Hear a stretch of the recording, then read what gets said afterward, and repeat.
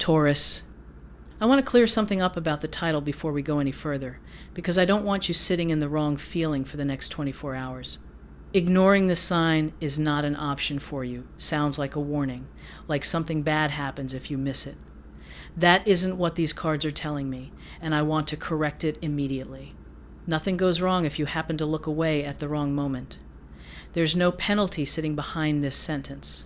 What it actually means is simpler and, honestly, more remarkable than a threat. It means this sign is going to be specific enough, matched precisely enough to something private you've been carrying that not noticing it is going to be genuinely difficult. Not forbidden, difficult, the way it's difficult to walk past your own name written somewhere you didn't expect to see it. I want to describe that comparison a little further because it's the clearest way to understand what's coming. If you saw your own name, spelled correctly, written somewhere completely unexpected on a sign, in a message, on a piece of paper you happen to pick up, you wouldn't need to be warned to pay attention to it. You simply would, automatically, because your own name catches your eye, whether you're looking for it or not. That's the exact quality this reading is describing, not a threat that forces your attention. A precision so personal that your attention goes there on its own. I want you to understand the actual mechanism of what's coming, because it'll help you recognize it the moment it happens, rather than a week later, in hindsight, wondering if that was it. Most signs are vague enough to apply to almost anyone. A stranger's kind word, a number that repeats, things that could be meaningful, sure, but could just as easily be nothing. What's coming in the next 24 hours isn't that. It's specific. It's going to match something you've been quietly hoping for, privately, for a long time, with a precision that's considerably harder to wave off as coincidence. I want to explain why I'm structuring this reading around precision rather than simple encouragement, because it changes what you actually do with the next day. A vague, general good things are coming reading asks nothing specific of you. This one does. It's asking you to actually stay present enough over the next 24 hours to notice something that's going to be aimed directly at you, rather than scattered broadly enough to apply to anyone watching this video. Let me show you exactly what this looks like. Let me turn the first card. There, immediately. That's the actual event, and I want you to see the size of it before anything else. This is the figures rising up out of open graves, arms lifted, faces turned toward a great trumpet sounding above them. Everything that was buried finally called up into full light. This is a genuine calling forward, not a subtle hint you have to squint to interpret. I want to describe the quality of this card specifically, because it's the least ambiguous card in the entire deck. There's no fog in this image, no partial visibility, no room for a person to reasonably say afterward that they weren't sure what they'd experienced. When this card describes something, it describes something unmistakable. I want to point out that the figures in this image aren't straining to hear the trumpet. They're already responding to it, arms raised, faces lifted, before we even see what's making the sound. That immediacy is the key to understanding your next 24 hours. Whatever this miracle actually is, you're not going to have to work to notice it. It's going to arrive with enough clarity that your body responds before your mind has even finished processing what happened. I want to describe the graves themselves in this image, because they're open rather than sealed, and that detail matters more than it first appears to. Whatever's been waiting to surface wasn't lost or buried permanently.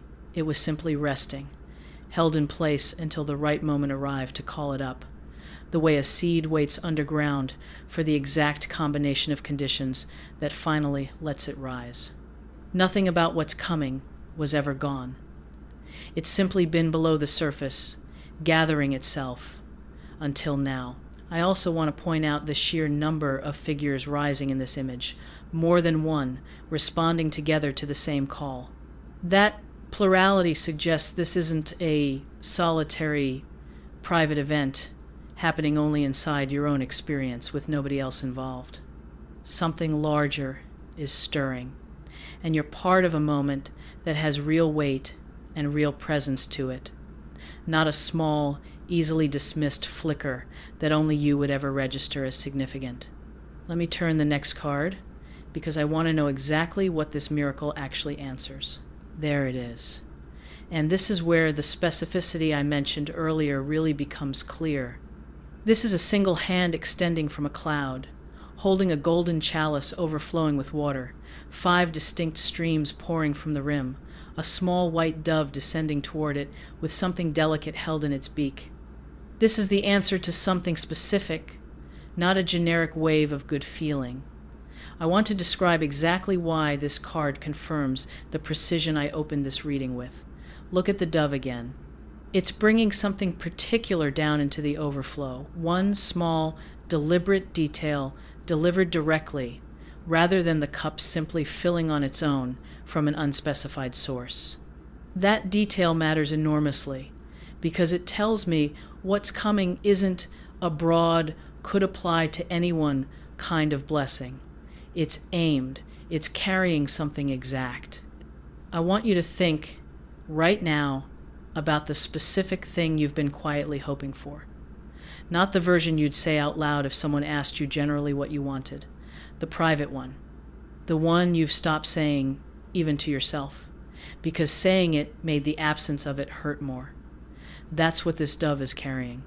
Whatever that private hope actually is, this reading is telling me it's about to be addressed directly, not brushed past with something vaguely nice instead. I want to describe the 5 separate streams overflowing from this cup because their number matters here specifically. This isn't a single, narrow answer to one specific detail. It's broader than that, touching multiple facets of the same underlying hope at once. If your private wish has several layers to it, the outcome itself, and the relief that would come with it, and what it would mean about you finally being seen or believed, this card is telling me all of those layers get addressed together, not just the surface level version of what you asked for. I also want to point out the calm water this overflow is landing on, undisturbed despite the intensity of what's pouring into it. That calm matters, because it tells me the ground this arrives on is already prepared to receive it. This isn't going to land somewhere unstable, somewhere it might get lost or wasted before you fully register what happened. It's arriving into conditions that are already quietly ready for it. Let me pull a clarifier, because I want to know exactly how soon 24 hours actually means. There it is. And this confirms the timing precisely. This is the great wheel itself, turning steadily, a sphinx seated fixed at the top, everything below rising and falling around that unmoving center point. This is the turning point, and I want to be direct about what 24 hours means here, because vague timing helps nobody preparing for something this significant. This isn't a loose, symbolic time frame meant to create urgency without actually meaning anything specific. The wheel in this card is already in motion. It's not waiting to start turning. It's mid-turn right now while you're listening to this, and the completion of that turn lands inside the window this title already gave you. I want to describe why the timing is this tight, because it matters for how seriously you take the next day. Wheels like this one don't stay balanced at the top of their turn for long. Once enough has built up underneath, and something has clearly been building quietly for a while now, the turn happens quickly, considerably faster than the slow, uncertain waiting that came before it. That's exactly the shape of your next 24 hours. Not a long, gradual unfolding. A turn that's already underway, completing itself close enough that you genuinely need to be paying attention, rather than treating this as some distant, someday possibility. I want to point out the Sphinx seated fixed at the top of this wheel, because its stillness matters for how you should hold the day itself. Everything around that fixed center is in motion, rising, falling, changing rapidly, and at the very core, something stays completely steady, unaffected by the churn happening around it. That's available to you too, throughout the next 24 hours, even while everything else moves quickly around you. You don't need to match the frantic pace of the turning wheel. You can hold the Sphinx's calm instead, trusting the timing without needing to anxiously track every hour as it passes. I also want to describe the 4 fixed figures often shown in the corners of this card, because they suggest something worth naming clearly. Whatever foundational parts of your life are already stable, your sense of who you are, your ordinary daily rhythm, the people you already trust, those stay anchored throughout this entire turn. This isn't a card about your whole life being thrown into upheaval. It's about one specific situation, the one connected to this private hope, finally completing its turn, while everything else around it continues exactly as it was. Let me turn the next card, because I want to know exactly how far back this actually started. And this one goes further back than I expected, so let me channel it exactly as it's arriving. This is a figure standing at the edge of a cliff, back turned, looking out over calm water at 3 tall ships sailing in the distance, staffs planted firmly in the ground beside them. This has been in motion for longer than you'd naturally guess. I want to be specific about what this card is confirming, because it changes how you should understand what's about to happen. This isn't a miracle assembling itself from nothing in the last day or two. It's the arrival point of something that's been sailing toward you for a genuinely long stretch of time, set in motion by things you did or hoped for or quietly kept believing in long before you had any reason to expect a result. I want to describe why this matters so much for the specificity this reading keeps returning to. A miracle that arrives out of nowhere, unconnected to anything you've actually lived through, is easy to dismiss as random chance. A miracle that turns out to be the delayed arrival of something you set in motion yourself, sometimes years ago, is considerably harder to wave off, because tracing it back reveals an actual chain of cause and effect rather than pure luck. That traceability is part of what makes ignoring this genuinely difficult. Once you see the thread connecting it back, you won't be able to convincingly tell yourself it was nothing. I want to describe the posture of the figure in this card because it's telling in a way worth naming directly. The back is turned to us, facing outward toward the ships rather than toward whoever's viewing the card. That's unusual for this deck, where most figures engage directly with the viewer. This one has already turned away from the small, immediate view of daily life and is looking at something further out, something that requires patience and distance to properly see arriving. I also want to point out that the ships in this image are already visible, already sailing, not still being built somewhere out of sight. Whatever set this in motion has already done its work. You're not still in the phase of planting or hoping without evidence. You're in the phase of watching something you already set, moving finally come close enough to reach shore. That's a completely different position than uncertainty, even though it might have felt like uncertainty for a long stretch of the waiting. Let me turn the next card, because I want to know whether anyone else notices this alongside you. There. And this tells me the confirmation doesn't stay private. This is a figure riding through a crowd of cheering people, a laurel wreath already resting on the head, a staff decorated with another wreath held upright, moving at an easy, confident pace. This is public, at least in part.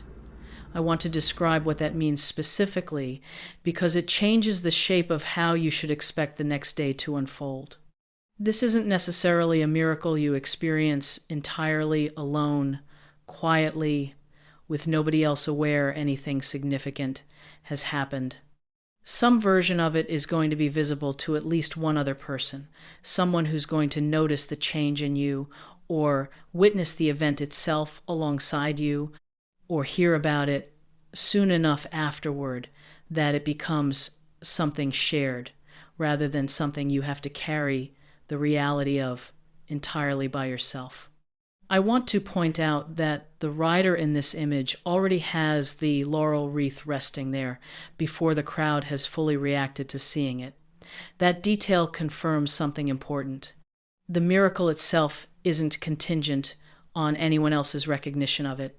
It's already real, already complete the moment it happens, regardless of who's watching. But you're not going to have to be the only witness to it either. There's a real chance someone else's reaction is part of how you first fully register what's occurred.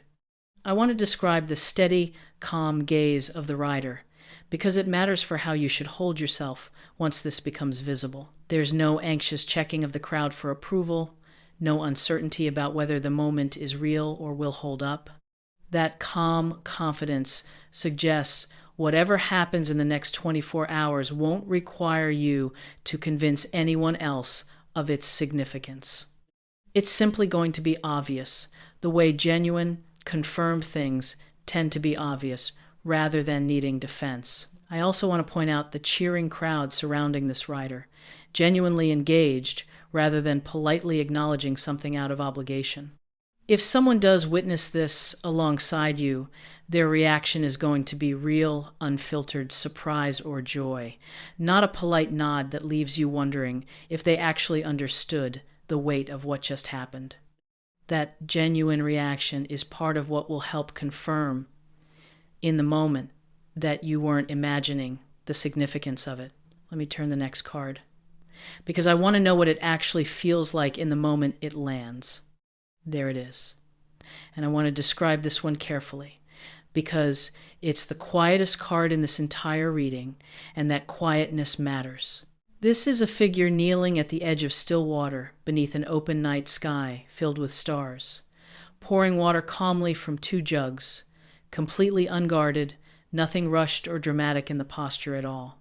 This is the actual feeling, once the initial recognition passes. Not chaos, not overwhelming disruption, but a specific, settled kind of awe. I want to describe why this matters for what you should expect, because miracle in the title might have primed you to picture something loud, something that visibly rearranges your entire day. That's not quite the texture this card is describing. It's quieter than that.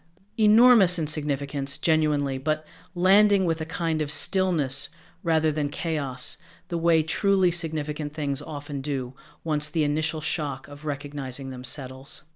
I want to point out that this figure has 1 foot resting on solid ground and 1 dipped into the water, completely unafraid of either. That balance is available to you too in the moment this actually happens.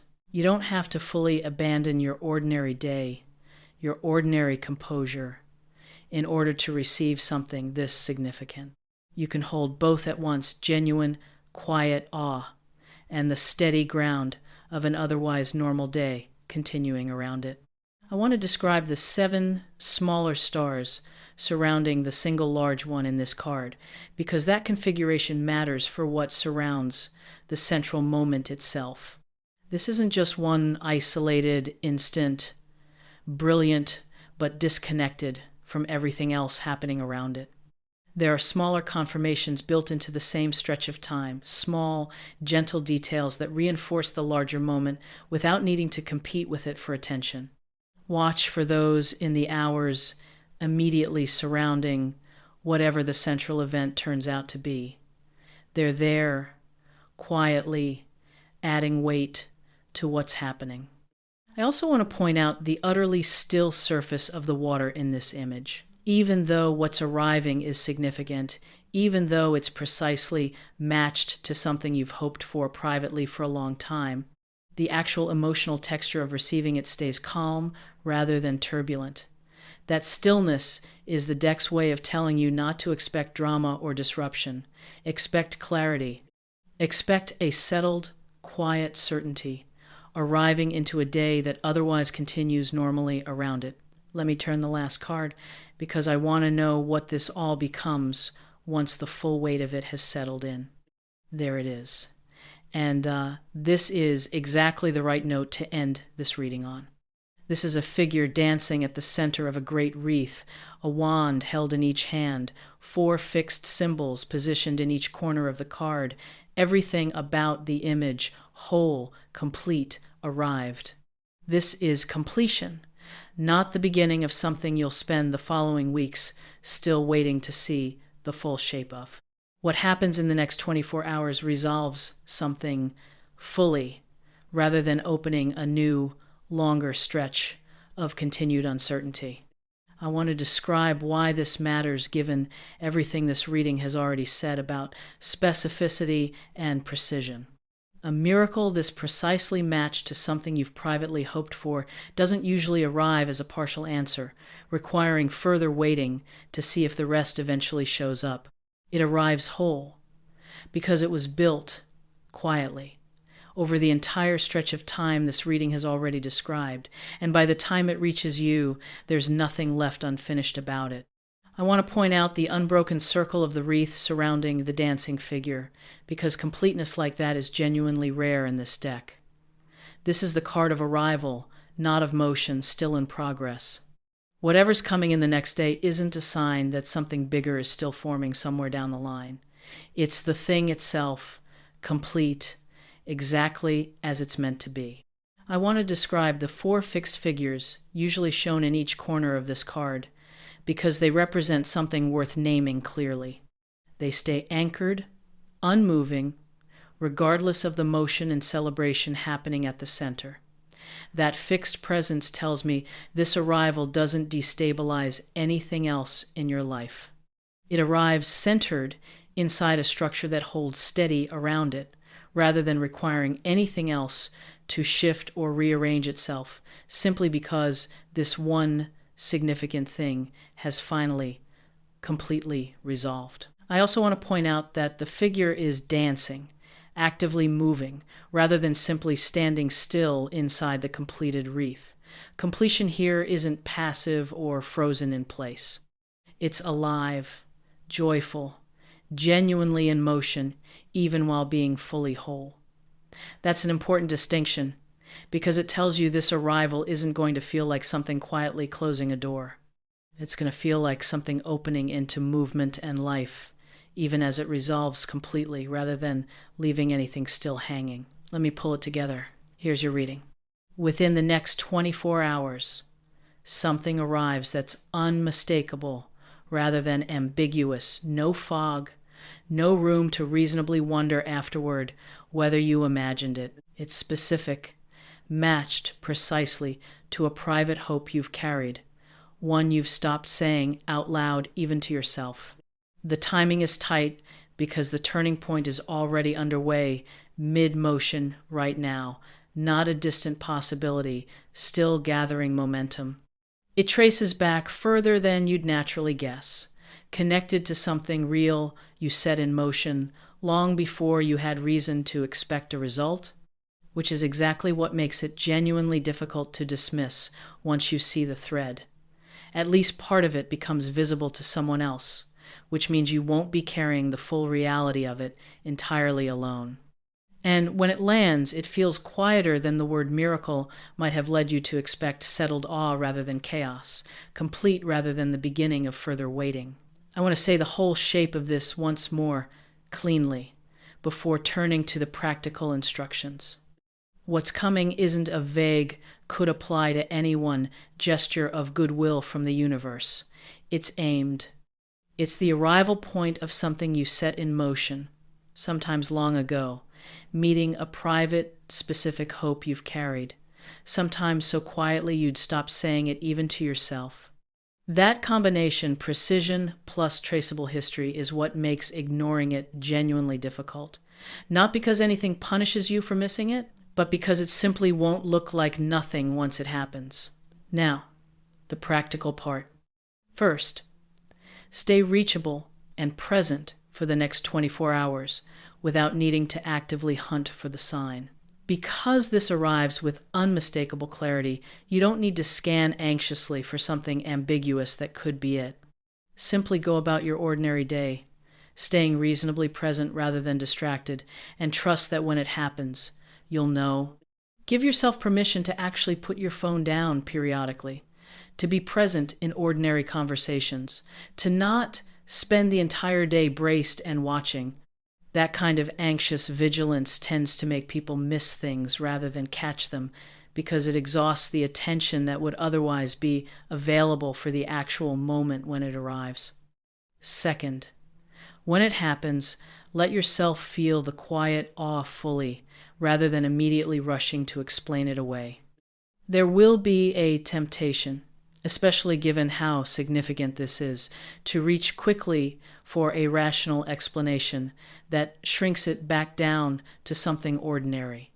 Let the explanation wait. Sit in the actual feeling first. Third, trace it back once the initial moment has settled.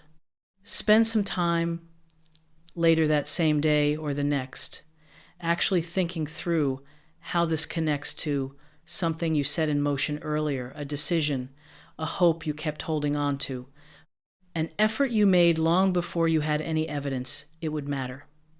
That tracing is part of what makes this land as real rather than as a fluke you got lucky enough to receive once. Fourth, tell the person who witnesses it alongside you or hears about it soon after what it actually meant to you, rather than downplaying it out of habit. If someone's present for this or asks about it afterward, resist the urge to describe it as smaller or less significant than it actually was. Let them see the real size of what happened. Fifth, don't require the miracle to look a specific, pre-imagined way in order to count. You may have a particular picture in your head of what this should look like based on the word miracle itself. The actual arrival might take a shape you hadn't specifically pictured, while still matching the precise, private hope this reading has been describing. Stay open to the exact form of it, rather than only recognizing a version that matches your imagination precisely. This flexibility matters more than it might initially seem to. Sometimes people miss the actual sign because they were watching for a grander, more dramatic version, and the real one arrived quietly, in a form that didn't match the fantasy. Watch for the substance. Does it answer the private hope rather than the packaging? And sixth, the one that matters most. Let this be complete, rather than immediately wondering what comes next. Because this reading describes genuine arrival rather than the opening of a longer wait, resist the habit of treating good news as simply the first step towards something bigger you now need to start anxiously hoping for. Let it be whole, exactly as it is, for at least a little while before your attention moves anywhere else. This is worth naming directly because it's a habit a lot of people carry without noticing. The moment one hope is answered, some part of the mind immediately starts scanning for the next thing to worry about or wish for, robbing the actual arrival of the full attention it deserves. Give yourself explicit permission to simply stop there, at least for a day or two, and let this one thing be enough on its own. Okay. Small favor. When this actually happens and I'm being shown it's genuinely within this window, come back and drop the words, "I couldn't ignore it," in the comments. Just that. I couldn't ignore it. Because that's the actual test this reading has been describing. Not whether something good happens in the next day. Whether it happens with enough precision and clarity that looking away simply wasn't a realistic option, the way the title promised. And tell me, if you're willing, what the private hope actually was once it's been answered. Not before. I don't want you naming a hope that hasn't landed yet and risking talking yourself out of noticing the real one when it arrives in a different shape. After, once you know for certain, a lot of you are going to discover that the specific thing you'd quietly stopped saying out loud, even to yourself, is exactly what gets answered. There's something worth reading in that kind of comment section beyond the individual stories themselves. It's a pattern, confirmed by hundreds of different people describing hundreds of different private hopes, that the things we're most afraid to say out loud are frequently the exact things that end up being answered. That's worth remembering the next time you catch yourself going quiet about something you actually want. If these keep reaching you at the right moment, subscribe, there's more coming, and I want you here for it. So here's where I'll leave you. I keep thinking about the correction I made right at the start of this reading, the one about the title not actually being a threat. That correction matters more than it might have seemed at the time. You've spent a long stretch quietly hoping for something you were also quietly bracing to lose, the way people brace for disappointment after wanting something for long enough without receiving it. That bracing made sense. It protected you from repeated letdown. But it also means you may have been half expecting this reading and this next 24 hours to come with some kind of catch attached, a warning, a threat, a price for missing the sign. There isn't one. There was never one. What's coming is simply, plainly, going to be too specific, too precisely matched to what you've actually been hoping for, to convincingly explain away as nothing. That's not a threat. That's the kindest possible description of exactly how clearly you're about to be seen. I want to leave you with one final thought before I go, because it matters beyond just this specific 24 hours. There's a particular kind of loneliness that comes from wanting something so privately for so long that you've half convinced yourself nobody, not even the universe itself, actually knows what it is you've been hoping for. That loneliness makes sense. Private hopes stay private precisely because saying them out loud felt too risky, too exposing, too likely to be met with disappointment if you named them and they didn't come true. This reading is telling you something quietly remarkable about that private hope, whatever it actually is. It was never as unseen as it felt. Something has been tracking it quietly this entire time, and it's about to prove that by answering it with a precision that would be genuinely difficult to achieve by accident. You weren't shouting this hope from rooftops. You may have barely whispered it, even to yourself, on your hardest nights, and it was heard anyway. Keep your eyes open, not out of fear, out of anticipation. I'll see you at the next one.